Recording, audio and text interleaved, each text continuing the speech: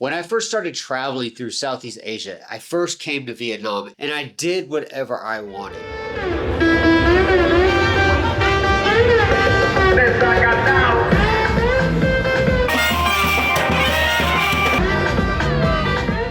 So today I want to talk about my life as an expat, being an introvert, but I also want to talk about how I step myself away from introvert and get out there, enjoy the vibes, go to the walking streets and have a good time. Because at the end of the day, I feel a lot of us that come out to Southeast Asia, long-term or short-term, typically run into the introvert life and they feel stuck. So today I want to talk about my life as an introvert in Asia for the last decade and how I deal with it, but also the hacks and the things that I do where I can step out of the introvert life and do as I want when I want, but never feel completely overwhelmed. So before we get into this, we need to define what is an introvert expat. It's somebody that travels alone, but doesn't mind being around other people, but has the luxury to make that choice. And this is the choice of being around other expats, other teachers, other local people, but at the same time having that ability to step away from that and just be alone and reflect. So if this sounds like somebody that you are, an introvert, it's not a bad thing. Now, if you are going to be an introvert backpacker, you're going to run into the decision of where to go. This is where things get really cool. You have the option to go to these walking streets, these backpack areas, or you have the options to go 5 kilometers away from those cities and enjoy life. This is what I used to do. When I was in Pattaya, I lived there for about 4 months. I went to the walking street twice. I had this ability to live within the community of the city where the Thai people lived. I wasn't stuck around a bunch of drunks. I wasn't stuck around that chaos. And you have that ability to decide where you stay within that town, which has always been a cool thing with me. When I go out with other expats, I always feel like I'm stuck in those spots and I don't really have much of a choice. You don't want to be that guy that everyone's saying, we're going to stay at this hostel or this hotel. And you're like, I'm going to go 4 kilometers over there.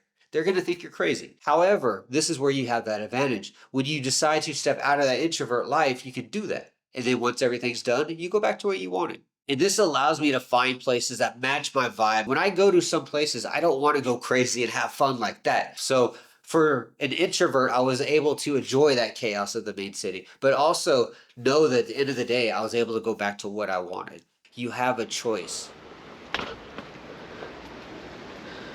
Right at the end of like this island. This is crazy. So being an introvert backpacker doesn't mean you're stuck. Doesn't mean you're going to go to these spots, these major cities and feel like nobody's going to want to hang out with you. It's going to be about a balance. You're going to have to accept there's going to be some chaos. There is going to be some chaos. But you have to remember at the end of the day, you're not obligated. And this is what brings to the idea of why introvert backpacking is not a bad thing. You have no pressure to hold commitments to other people. You have no pressure to hold borderline brain dead conversations when everybody's drunk at a loud bar. And this allows you to change your plans. Maybe leave early that night. Maybe go home early. If you're out with a bunch of friends that you just met, expats, you have that ability to say, hey guys, it's been fun. I'm getting tired. I will see you tomorrow. If you're out here with a group of 5, 6 people that you travel with, you're not going to have that opportunity without waking up with something drawn on your face. So when it comes to being an introvert, I think the biggest thing I've ever gotten from it that makes me feel the best is I'm allowed to make plan changes and do what I want. And this is how I saw some of the craziest stuff in Vietnam, which brings me back to a place called Turtle Island. Nobody's been there. Nobody hears about this place. Only French people go there. But because I was alone, I was able to take a 2-day detour and go there. And I got to stay there for a couple of days. And it was one of the coolest adventures I had. If I was with 10 other people, I wouldn't have been able to make that commitment because now I got to convince everybody. And then if it's bad, I'm going to be that guy that's hated. So being an introvert, you're allowed to alter your plans and not stick to the agenda all the time. You can kind of switch it up, have some fun. And that really is where the fun is in Southeast Asia, is making things up as you go and just exploring what you see. Not going to a city, sitting in the main tourist areas for 4 weeks, buying cheap clothes, getting drunk every night, and then going back home, yeah, I was in Thailand and did this. Nobody cares. So you have that ability to not be held in these tourist areas, these backpacker areas, these walking streets. You're not obligated. If you want to go there, go there. And this is one of my favorite things about being an introvert when I travel, is I have those decisions,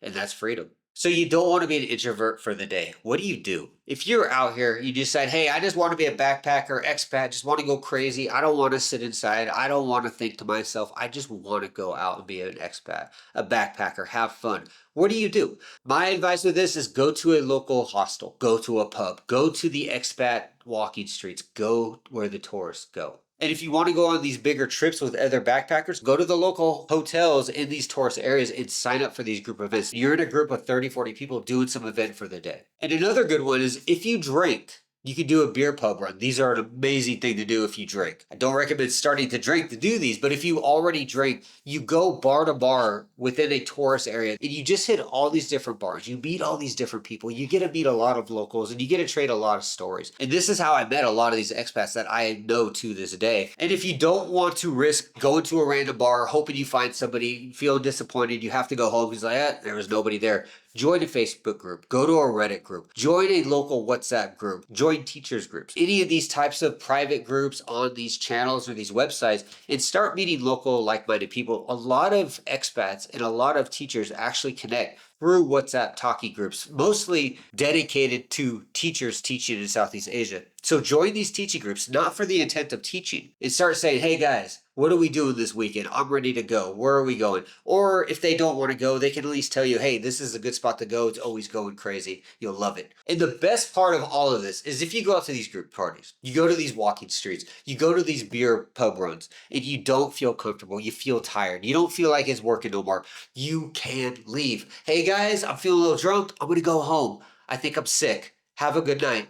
You're not obligated to these people. They're not your friends back home. They are friends that you've met here, and you can always talk to them in the morning. And 99% of them are going to be too drunk to remember when you left anyways. So if you feel uncomfortable, if you're starting to get annoyed by the situation, or if that introvert is starting to come back in you, you can leave and you have this option with no consequences of your friends waking you up saying, oh, I can't believe you ruined it last night for everybody, because they're not stuck to your plans as you're not stuck to their plans. So I hope that gives you an insight on what it's like to be an introvert out here in Asia, traveling as an expat, or even being a teacher, and the benefits that you get along with it, which are an amazing amount of them that you get to decide how you use them and when you take them. And those are things like quiet time. You can decide when you want to just not do anything. You want to relax, you want to chill on a beach, you want to go to a coffee shop and just get some work done. You don't need the crowd around you. Also, you're not obligated to other people's plans. I've met so many Europeans and Australians that come out here in groups of 3, 4, 5 people. And the amount of times I see fights, frustration, and just disagreements because 2 or 3 people want to do this and 2 or 3 people want to do that, and they can't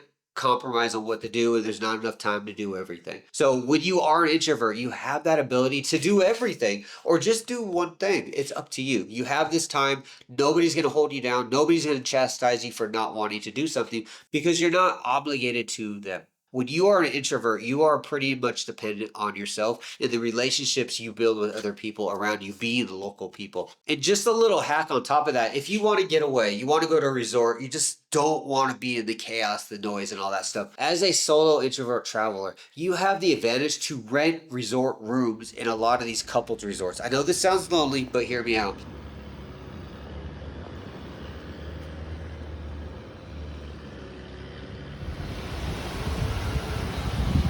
This will allow you to get away from everything, get away from the noise. A lot of these resorts are rather quiet and there's no crazy kids, there's no parties, there's nothing like that. It's pure relaxation. This is something you cannot do with a group of expats. You will be forced to go to hotels, hostels, or homestays. So I hope that gave you an idea of what it's like to be an introvert. You're given this freedom to decide what you do, when you do it, and you're not obligated to nobody. And at the same time, you can always put yourself in a spot where you are obligated. This is a choice that you chose when you left your country, and when you got here, you have freedom. And that's the best thing about being an introvert backpacker or expat, is you have freedom.